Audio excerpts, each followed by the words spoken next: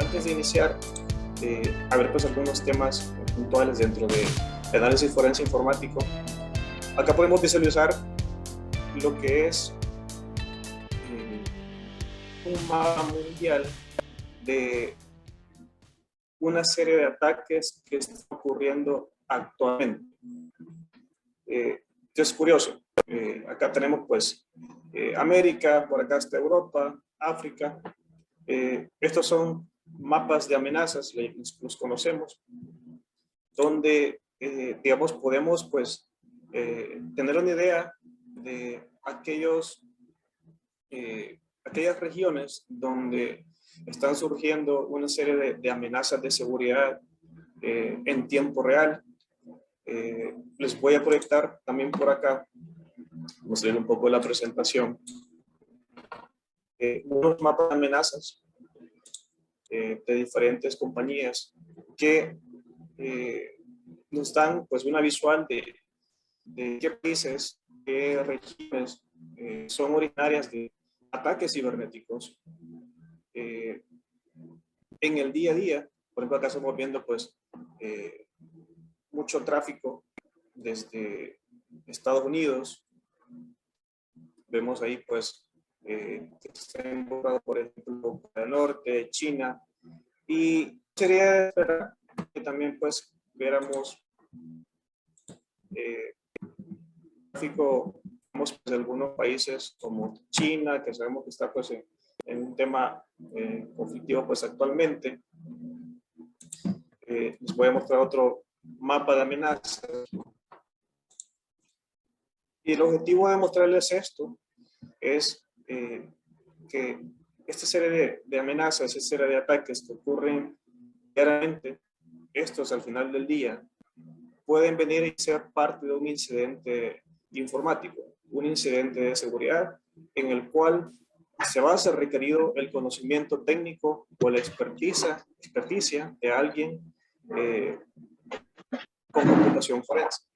Entonces, acá pues podemos si hay pues como diferentes regiones a nivel del planeta que están generando ataques. Acá pues hay como algunas estadísticas y tipos de ataques que están generando, pero no vamos a entrar como eso de detalle. Voy a regresar a la presentación.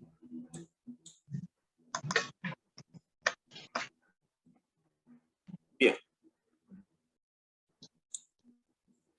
Conversemos un poco de qué es esto de análisis forense informático. Digamos que esto pues es tal cual, lo han venido comentando los compañeros en las sesiones durante toda la mañana y el día de ayer también, pues esto es un proceso científico. Pues es dar claridad, hipótesis a algo que ha sucedido y necesitamos responder ciertas preguntas. El análisis informático como tal es una disciplina que es una combinación interesante entre tecnología, tecnología de la información, comunicaciones y legislaciones, el aspecto legal. Un analista forense informático no solamente debe conocer lo técnico, es clave que tenga un conocimiento base sobre leyes locales, internacionales, que pueden afectar o ser pues parte crucial al momento de manejar un caso forense informático. Digamos que un análisis forense lo que busca es contestar las preguntas que hace generalmente un reportero, ¿verdad? Un periodista nos pregunta, pues, generalmente, ¿qué sucedió cuando hay un evento de seguridad, cuando hay un cibercrimen? Necesitamos responder o tener la capacidad de responder y decir, como nos pregunten, por ejemplo, ¿qué sucedió acá en este evento? ¿Cómo ocurrió? Es otra pregunta que nos van a hacer. ¿Cuándo sucedió exactamente? En detalle de cuándo fue, horas, minutos y segundos, si es posible, de cuándo sucedió pues el evento informático, cuándo sucedió el incidente de seguridad. y dónde ocurrió, cuál es el impacto, el alcance como tal de esta amenaza. En la práctica, digamos que hay una serie de baselines o estándares o marcos de referencia que tomamos en cuenta para hacer la práctica de análisis informático. Acá pues tenemos en la parte de abajo, tenemos una ISO, la 27037, que precisamente nos da una serie de buenas prácticas o recomendaciones, lineamientos para, como tal, la práctica forense informática. De igual manera, detalles un poco más técnicos, tenemos la NIS 886, que en resumen, digamos, nos explica cómo deberíamos realizar o abordar un análisis forense ante una intrusión cibernética, ante una amenaza de seguridad que ha sido, ante un riesgo de seguridad que ha sido materializado.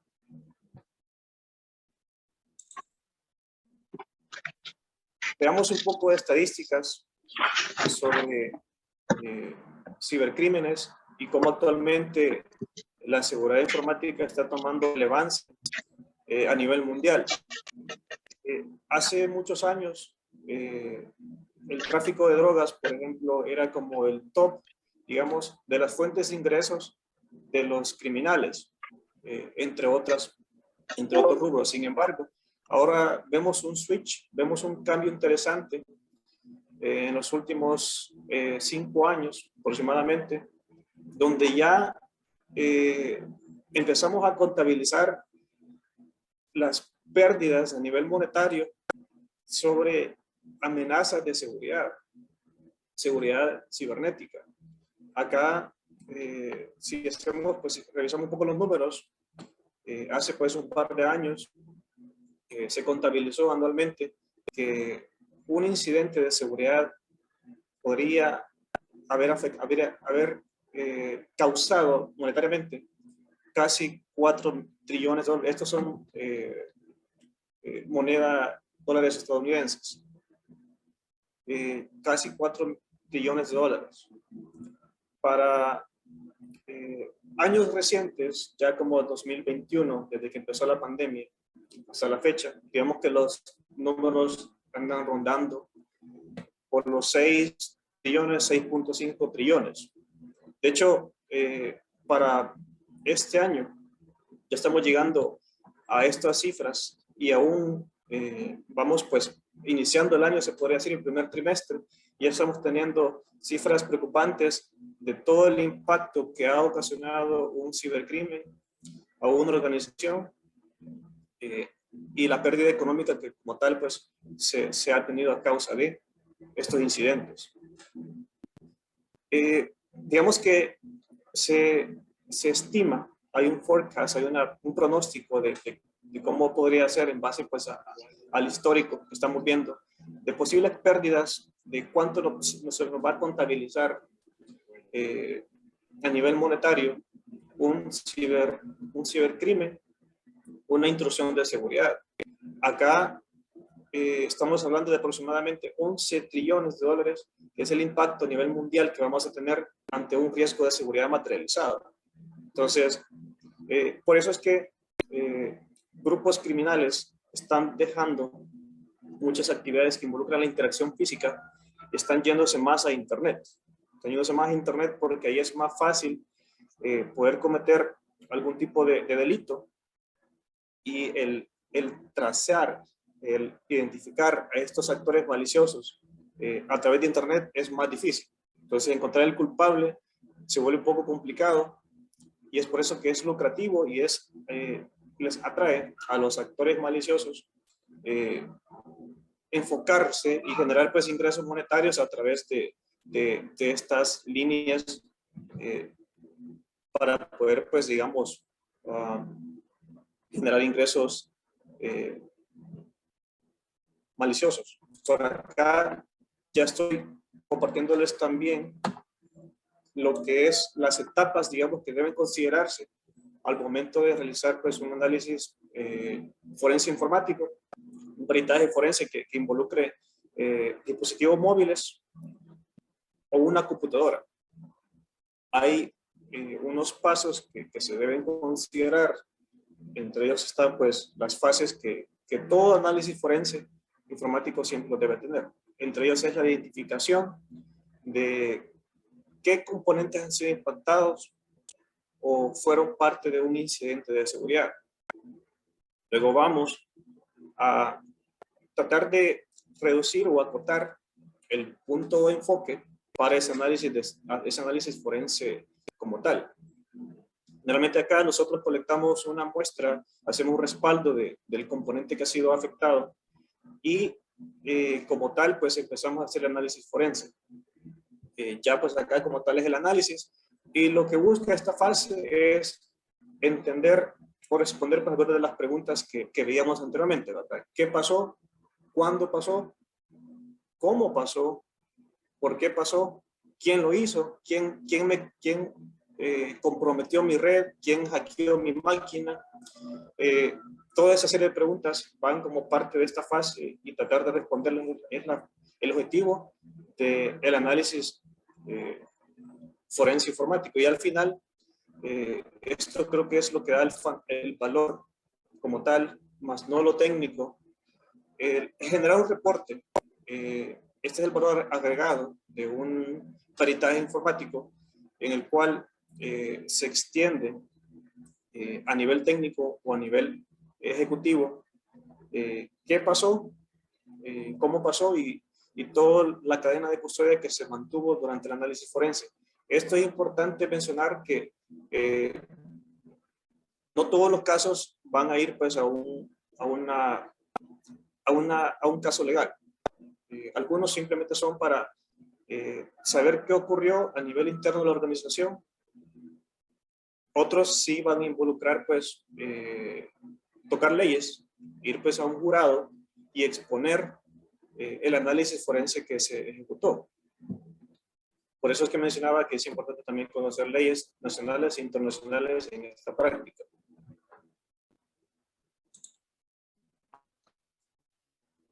Bien, ya nos podemos preguntar qué es lo que yo haría en un análisis forense. Digamos que una organización me llama y necesitamos saber, pues, responder aquellas preguntas porque ha sucedido un incidente cibernético. Algunas de las consideraciones a tomar en cuenta durante ese análisis es realizar respaldos. Jamás realizar un análisis forense, idealmente en el equipo comprometido, si no se tienen respaldos, porque esto puede alterar la evidencia original.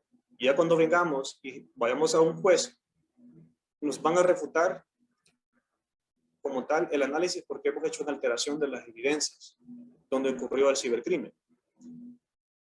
Es importante siempre hacer respaldos, backups, lo que se va a analizar. Otra cosa que también es recomendado el checklist. Hola. El Jackie de células.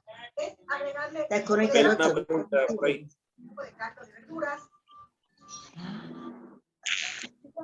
Bien. Por favor, alguien tiene abierta las... Por ahí. ¿Puedes cerrar, por favor, el audio? Yo creo que ya. Yo creo que ya estuvo. Okay. Súper. Gracias. Como les comentaba, digamos que durante el análisis es importante considerar la revisión de procesos de un sistema que puede haber sido comprometido, revisar aplicaciones maliciosas o inusuales que nos sirvan para responder aquellas preguntas que nos va a hacer un reportero, ¿verdad? Al momento de la intrusión.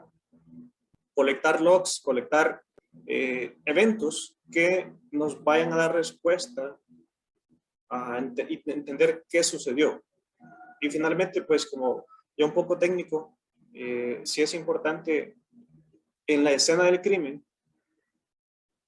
analizar todo el tráfico, todas las comunicaciones entrantes y salientes sobre el equipo implicado o la red que ha sido comprometida. Bueno, vámonos a ver pues a algunas herramientas que podemos utilizar para lo que es la práctica de análisis forense informático. Vámonos primero por el lado izquierdo, donde tenemos pues algunas herramientas comerciales. Cabe mencionar que algunas de estas herramientas son muy caras, muy costosas adquirirlas. Generalmente pues las tienen corporaciones grandes o organizaciones que se especializan en realizar análisis forense. Estas pues incluyen herramientas como NK, Cellebrite, FTK, entre otras que pueden especializarse para hacer análisis forense a un dispositivo móvil, ya sea un dispositivo Android, un dispositivo de Apple como iPhone, y también pues computadoras, ya sea Windows, máquinas tipo Mac, etcétera, ¿verdad? Por el lado derecho vemos algunas herramientas que son gratuitas, son open source y no tienen mucho que envidiar con respecto a las herramientas comerciales. Cumplen en su mayoría las mismas funciones que una herramienta de pago. Estas herramientas las podemos encontrar en internet y las podemos utilizar, podemos explorarlas, ver cómo funcionan.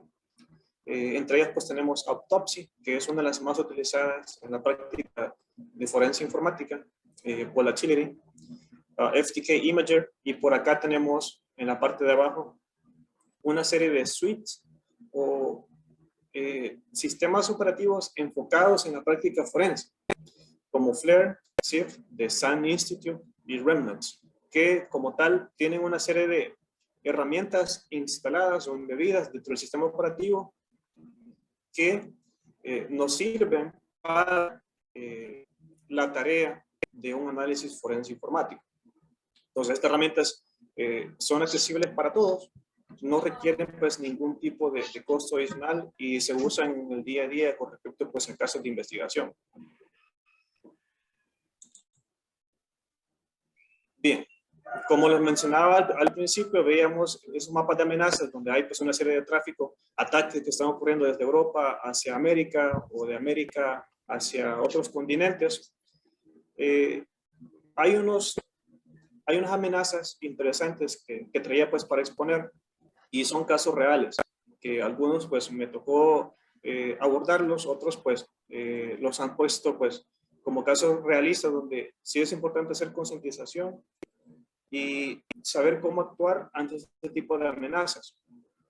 Por acá tenemos un caso interesante. Esta amenaza se llama Pegasus. ¿Qué es Pegasus?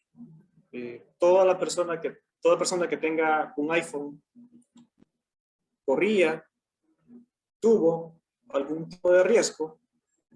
De hecho, aún existe algún tipo de riesgo actualmente a las personas que tienen o tenemos iPhone, porque resulta que esta amenaza de Pegasus, de origen israelí, es un grupo de inteligencia israelí, tiene la capacidad de hacer espionaje corporativo, tiene la capacidad de hacer intrusión de manera bien fácil. Ya les voy a comentar un poco más de cómo es que trabajan, el modus operandi de estos actores. Acá podemos pues ver que el spyware, como lo conocemos, es un tipo de malware que enfoca en espiar al usuario. Colecta cierto tipo de información sin que nosotros nos demos cuenta. Entre la información que colecta tenemos SMS, mensajes de correo, llamadas, intercepta las llamadas, de hecho, puede acceder al micrófono, a la cámara. Entonces, es un spyware, es una amenaza de seguridad bien interesante, bien completa y sigilosa. Es decir, que nosotros no nos damos cuenta que la tenemos en el dispositivo móvil. No nos damos cuenta que está instalada esa amenaza en nuestro celular.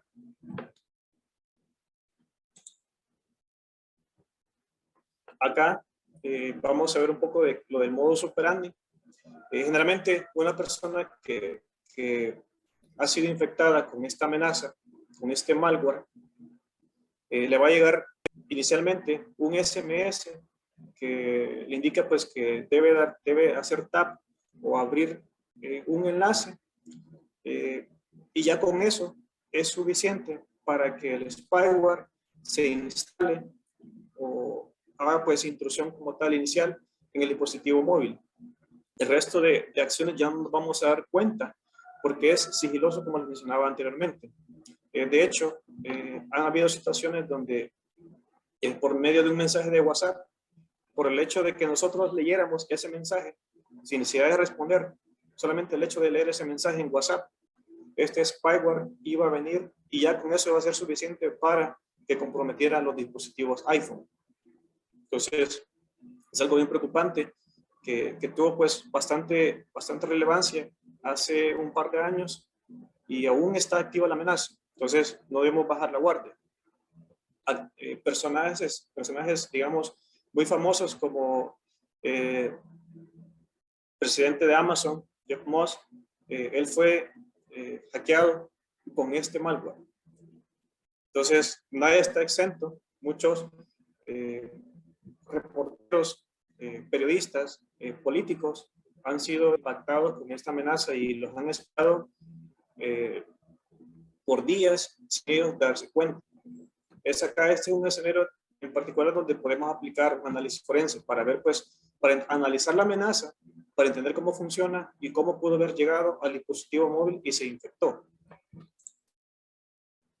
Acá les proyecto, pues, ya un aspecto un poco más técnico de, como tal, esta amenaza, spyware Pegasus.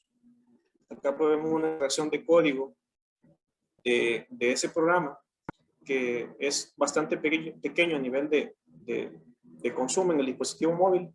Y acá hicimos algo interesante. Montamos un laboratorio donde tuvimos un dispositivo móvil revisando una semana para ver cómo se comportaba el dispositivo móvil que tenía infectado o estaba comprometido por este spyware. Y vimos cosas interesantes como, por ejemplo, estaba haciendo fuga de información, exfiltración de información hacia Internet, hacia el actor malicioso que pueda estar en un lugar remoto, ya sea en Europa o incluso en Estados Unidos, robando información del teléfono desde la Wi-Fi, donde se conectaba pues el dispositivo móvil, y nosotros no nos dábamos cuenta. Entonces es algo sigiloso, nuevamente, que ocurría por detrás. Con respecto a dispositivos móviles, quiero mostrarles algo interesante para que se hagan una idea de situaciones donde podemos aplicar un análisis forense, o es parte de la práctica de un análisis forense, el análisis de una aplicación móvil. Bien, por acá, este es un framework, esta es una suite que se utiliza para analizar aplicaciones móviles, para entender cómo funcionan y para identificar si esta aplicación nos va a generar un riesgo del dispositivo móvil como tal al momento de instalarse. Entonces, por ejemplo, acá, esta es una aplicación que pues, directamente no es un malware, sino es una aplicación que les traigo de muestra para que veamos lo que se puede obtener a partir de herramientas especializadas y con el objetivo de tener ese conocimiento forense que es necesario para atender incidentes de seguridad. Por ejemplo, acá subimos la aplicación. Esta es la aplicación de Chivo que tenemos para criptomonedas. Acá, digamos, por ejemplo, se puede ver en la parte dentro de los permisos que tiene la aplicación. Esta aplicación requiere acceso a la cámara. Y acá yo siempre menciono algo que es de sentido común, digamos, debería ser algo como las primeras preguntas que debemos tomar al momento de instalar una aplicación. Por ejemplo, si yo voy a instalar una app que solamente es una linterna, su función es solamente ser linterna, una lámpara, no tiene sentido que esa aplicación vaya a acceder a mis contactos, vaya a acceder a mis mensajes, voy a acceder posiblemente pues a alguna aplicación dentro de mi dispositivo móvil. Entonces acá uno puede personalizar como tal el comportamiento de esa aplicación, qué es lo que requiere. En este caso requiere acceso a la cámara, requiere acceso a leer sus contactos del dispositivo, y pues digamos tiene una serie de funciones, ¿verdad? Que no vamos a ver pues, por temas de tiempo, que digamos como tal pues esto nos da una visual de cómo es el análisis de una aplicación móvil. Existen herramientas especializadas. Acá podemos ver pues cuando una aplicación de estas requiere acceso a internet, si va a consultar algún dominio, alguna página web y nosotros no lo conocemos, si va a comunicarse con una IP maliciosa o IP de baja reputación, acá lo vamos a poder identificar. Entonces, ya pues uno metiéndose de lleno, ¿verdad? Hacer el análisis para identificar si la aplicación nos da un veredicto benigno o es malicioso como tal. Por acá veo, bueno, no hay preguntas, ¿verdad? Cualquier pregunta, inquietud, levante la mano, con gusto lo podemos revisar. Algo que deseen pues ahondar, acá pues lo podemos ver con gusto. Bien, vamos a regresarnos a la presentación. Franklin, Hola. con esto que nos mostrabas es cómo nosotros podemos identificar si tenemos un spyware en nuestros móviles.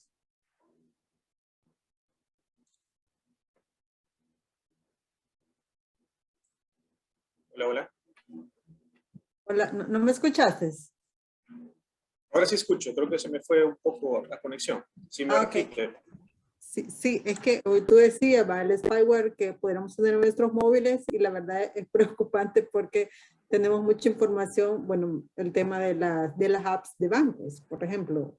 Entonces, ¿cómo saber nosotros si tenemos spyware en nuestros celulares? Entonces, tú mostrabas esto ahorita, entonces la curiosidad me da, con esto podríamos, pues le llamo especialista, obviamente, ¿va? Identificar si tendríamos un spyware en nuestros celulares. Sí, muy buena pregunta. Y digamos que acá herramientas como esta efectivamente nos sirven para el triaje, el análisis de una aplicación. Si digamos, por ejemplo, el día de ayer descargamos una aplicación de la Play Store o de la Apple Store y tenemos nuestras dudas.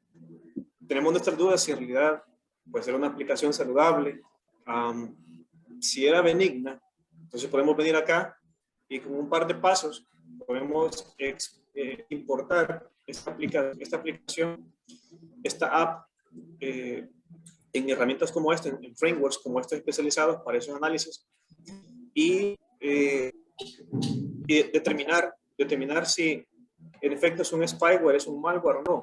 Si pues, de entrada, por ejemplo, la aplicación me pide acceso a red, que quiere acceder a la Wi-Fi, a la cámara, quiere acceder a mis contactos, quiere iniciar al momento de que mi sistema operativo del dispositivo móvil arranca, entre otra serie de patrones, digamos, o consideraciones, esto amerita o es parte de lo que se debe considerar como una potencial amenaza, y podemos decir, esto es un malware o no, esto es un spyware.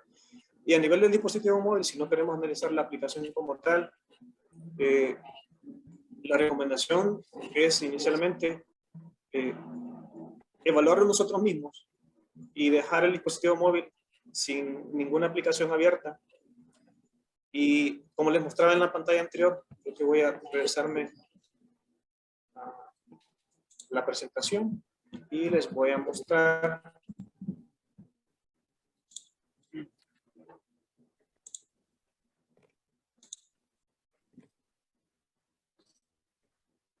vaya acá.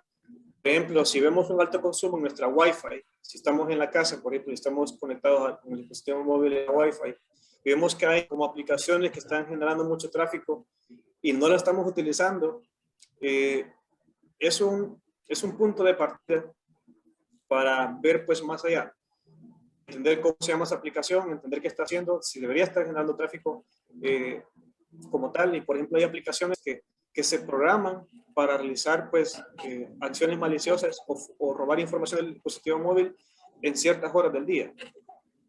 Hay malware o spyware que solamente va a generar tráfico o va a robar información a las 2 de la mañana. A la medianoche, cuando nosotros estamos descansando, posiblemente estamos pues inactivos en el dispositivo móvil, y es cuando no vamos a sospechar que esta actividad está ocurriendo. Otra forma de detectar, digamos, tenemos un spyware en un dispositivo móvil, es realizarle un escaneo con un antivirus dentro del dispositivo móvil. Tanto iPhone como Android, ambos sistemas operativos tienen soluciones de antivirus que las podemos instalar. Hay algunas soluciones que son gratuitas, hay otros antivirus que son de pago.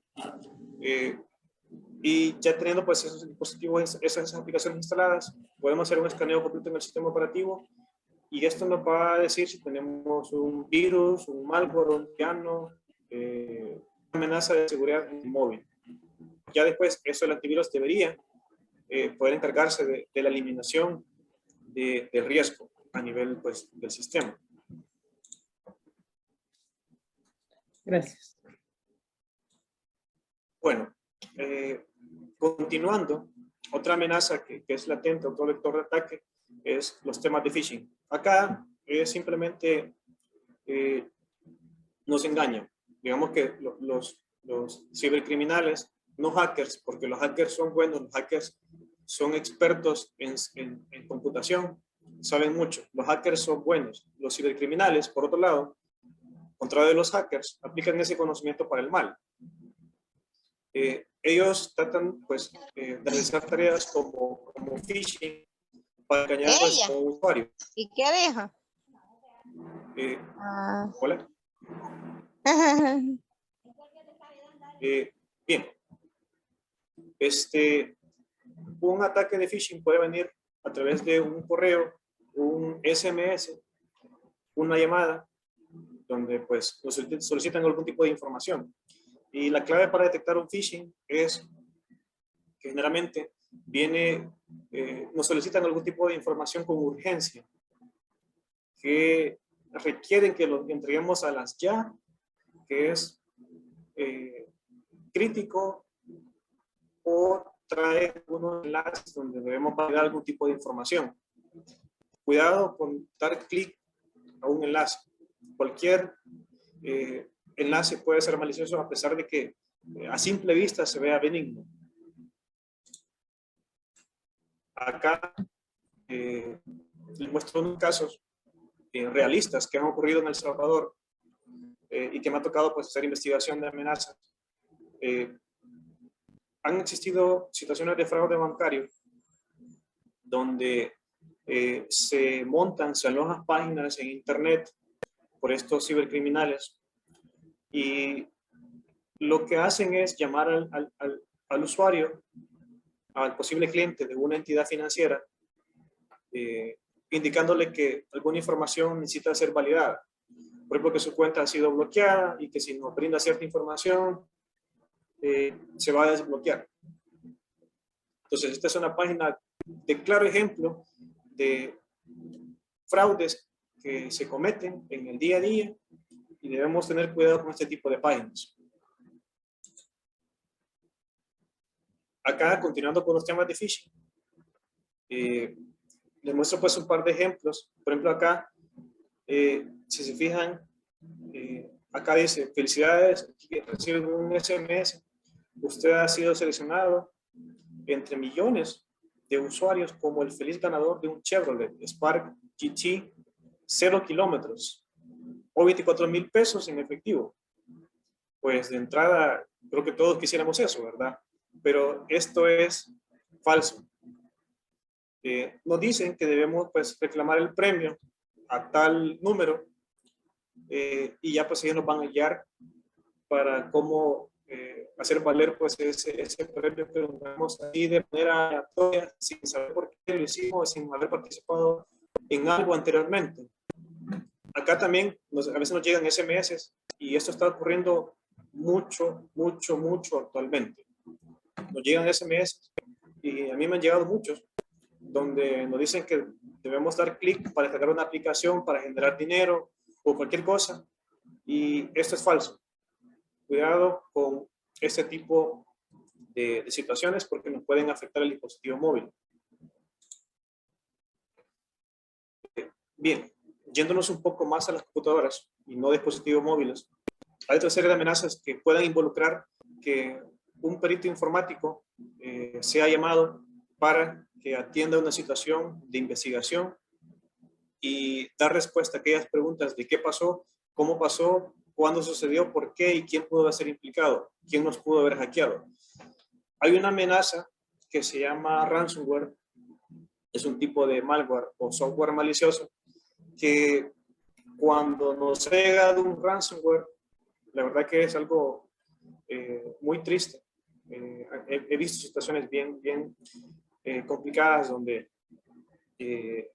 a la organización le piden que pague 2 millones, 5 mil dólares, la cantidad que el actor malicioso requiera, a cambio de que ellos les devuelvan su información o que puedan acceder a sus archivos nuevamente.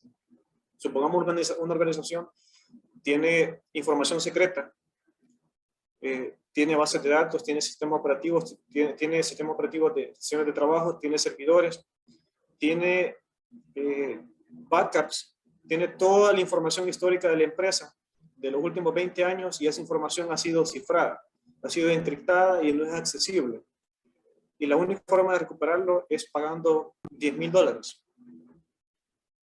Entonces, es bien duro, es bien complicado. Hay ejemplos donde organizaciones muy famosas como JBS, Acer, la Colonial Pipeline de Estados Unidos, que es para suministro de gas, HP, el Banco de Chile, incluso hospitales han sido hackeados, se han cometido a través de un ransomware y sus operaciones han sido detenidas. Sus operaciones han parado y no han podido hacer nada. Como última instancia, si tuvieran algún tipo de respaldo de esa información, qué bueno, suerte y afortunado si tuvieran algún tipo de respaldo de esa información. Si no, les toca empezar desde cero. Toda la historia de la empresa se ha perdido y toca empezar desde cero. O hay casos donde, pues, personalmente no lo recomiendo. Pueden pagar ese rescate, pueden pagar esos 2 millones, 10 mil dólares, lo que sea que estén solicitando los actores maliciosos, para desencriptar la información o descifrar la información, pero esto no garantiza que el maleante, digamos, el cibercriminal, vaya como tal a resolver, a darnos los archivos nuevamente para que sean accesibles. Realmente es confiarle al cibercrimen pagándole X cantidad de dinero. Entonces es algo sumamente complicado y difícil y está pasando actualmente, pues, y ha pasado en el país en varios casos. Entonces, este es otro escenario donde también podemos ser llamados para un análisis forense informático. Acá hay un ejemplo de ransomware, de malware, que así es como se vería en una máquina, en una estación de trabajo, en un equipo, en mi laptop, así se vería. Si me han comprometido mi máquina, si han hackeado mi sistema operativo, aquí se ve. Su computadora ha sido infectada. Tiene 2 días y le dicen tanto es el precio que va a pagar, generalmente es con criptomonedas, muchas veces con Bitcoin, la forma de pago, porque esto es realmente difícil para ser traceado de origen. Y así es como se va a ver, pues, cuando nos llega un ransomware. Acá definitivamente amerita un análisis forense informático para ver cómo llegó esa amenaza a nuestro entorno, cómo nos hackearon, quién le dio clic a algún enlace malicioso y hackearon a toda la organización, solo puede haber dado clic a un enlace. ¿Cuándo sucedió?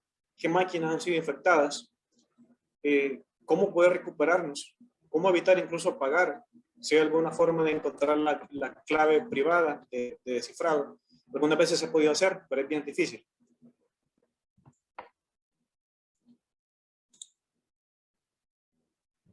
Bien.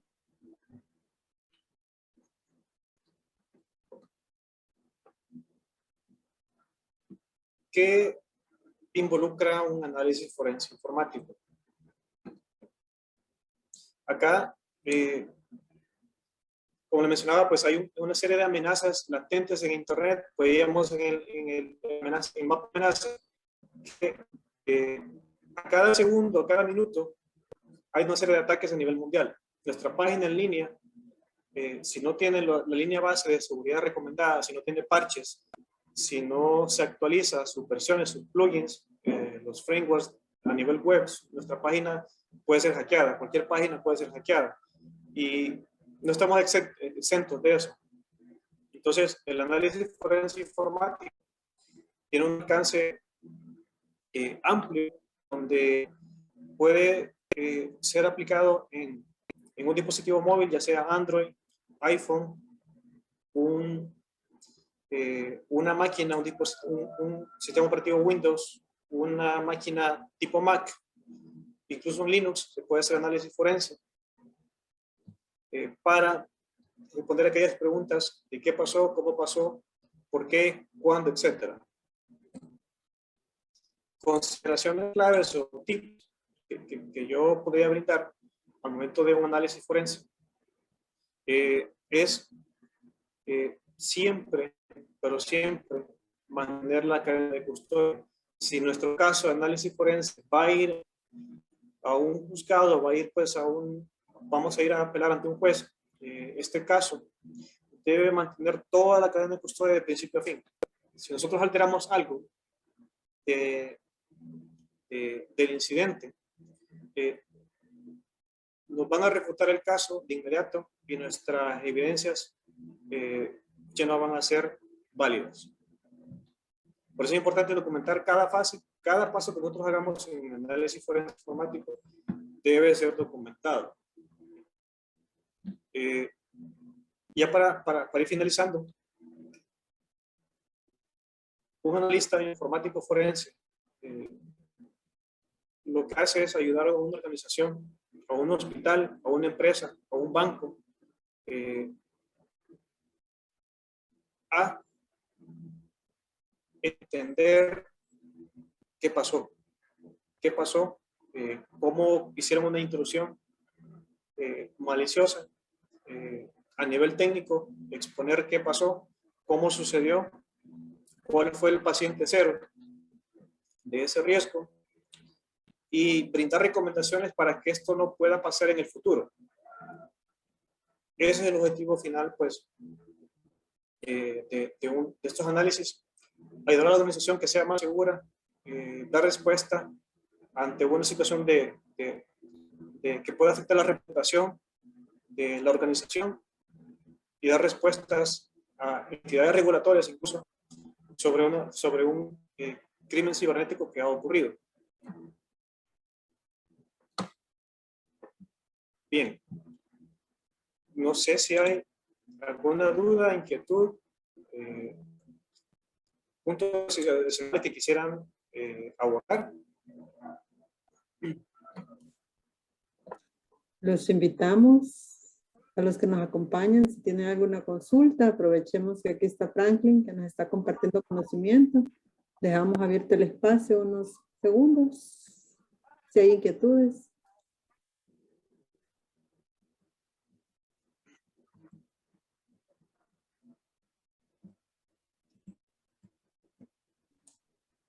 Yo creo que no hay, Franklin.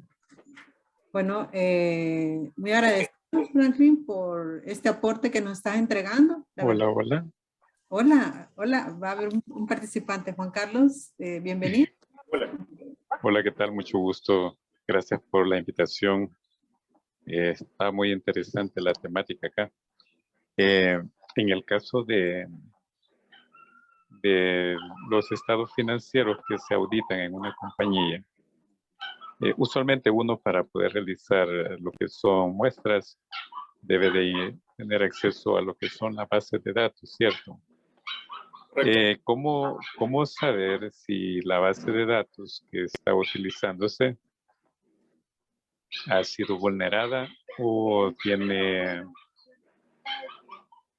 parches donde se pueda demostrar que la información no es completa y que por ese motivo la información que se está tomando no es el 100% de lo que muestra la cifra de los estados financieros?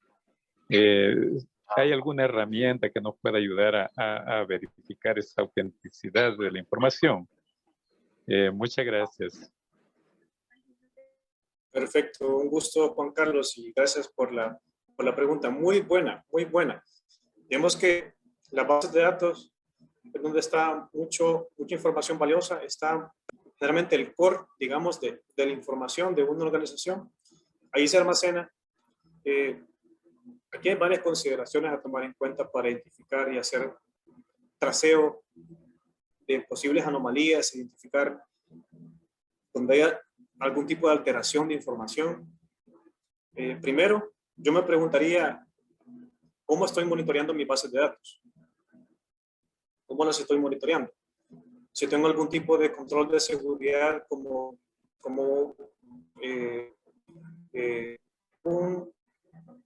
un centralizador de logs, hay una solución interesante que es un conjunto de personas, procesos y tecnologías que se llama SOC, un Security Operations Center. Un SOC lo que hace es monitorear todo, monitorear si es posible y si uno lo parametriza de esa manera. Cuando alguien dio clic a algo o escribió algo en una base de datos, se puede monitorear a través de un SOC. Un SOC, digamos que es,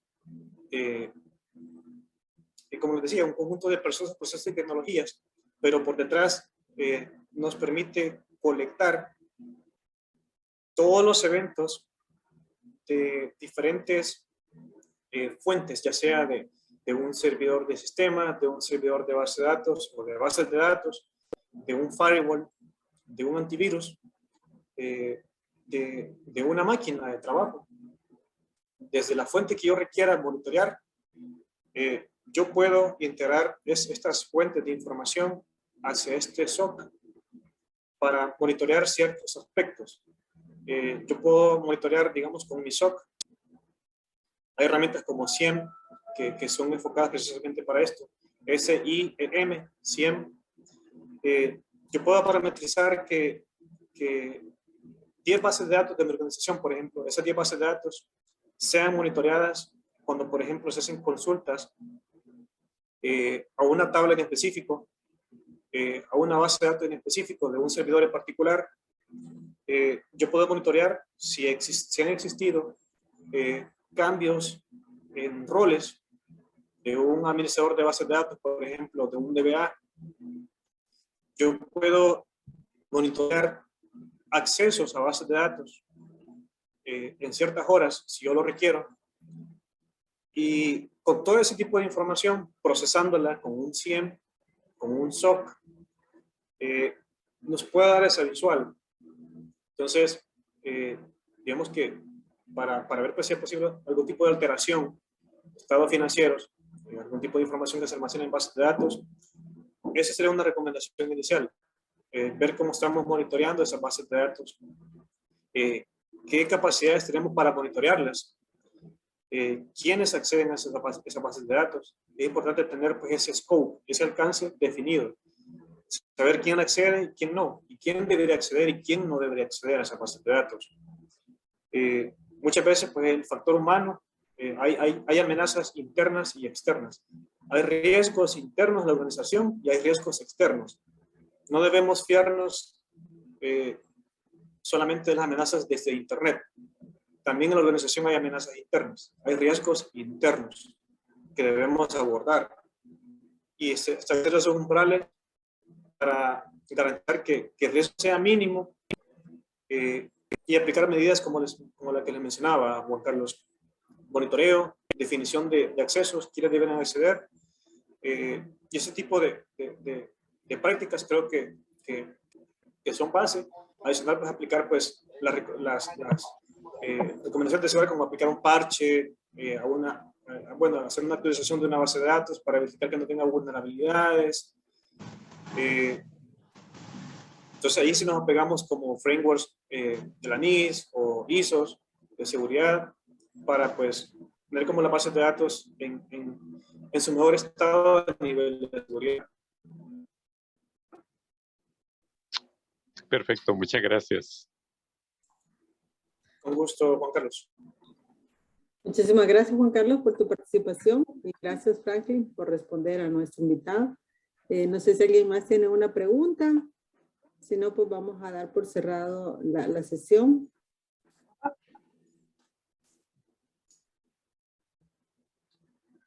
Bueno, creo que no hay entonces. Bueno, Franklin, muchísimas gracias por tu acompañamiento. La verdad nos has dejado aportes interesantes y a estar como atentos al tema de la seguridad. Obviamente esto hoy en día reviste gran importancia y ahora más que nunca. La verdad estamos muy agradecidos y a todos los que nos acompañaron hasta esta jornada final les agradecemos y espero que esta jornada sabatina haya sido de mucho provecho y estamos atentos y que tengan un feliz fin de semana y que descansen y que tengan una feliz tarde. Muchísimas gracias a todos. Muchas gracias, Erika. Perfecto. Saludos a todos por allí. Feliz Gracias. fin de semana. Bendiciones. Hasta luego. Gracias. Gracias igualmente, Juan Carlos. Chao. Adiós.